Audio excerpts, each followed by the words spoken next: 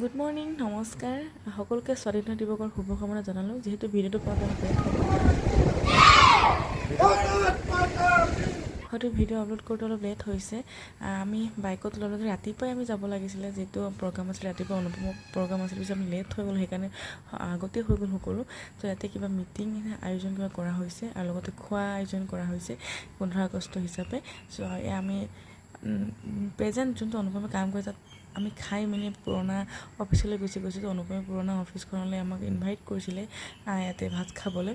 চ' যিহেতু অনুপমে ইয়াত বহুত বছৰ কাম কৰিছে, সেইকাৰণে ইয়ালৈ আহিলোঁ ইনভাইট কৰাৰ কাৰণে। আৰু বহুত ধুনীয়া পৰিৱেশ, আৰু মই লাষ্ট কৰি ভিডিঅ' বনাইছোঁ। যিহেতু ইয়াত দেখিছে খানা আয়োজন কৰা হ'ল, ইয়াতে দিছে হাঁহ মাংস আৰু ছাগলী মাংস বেছিকৈ দিছে গোটেই অনুপমৰ ষ্টাফ। এনে 15 আগষ্ট আমাৰ এনেদৰে গৈছে অনুপমৰ অফিচৰ লগত, আৰু ইমানেই মানুহ মৰম কৰিছে, সিফালে মাতিছে। মই মৰমবোৰ দেখি নিজেই অবাক লাগি গৈছোঁ, ইমান মৰম মানুহে দিছে।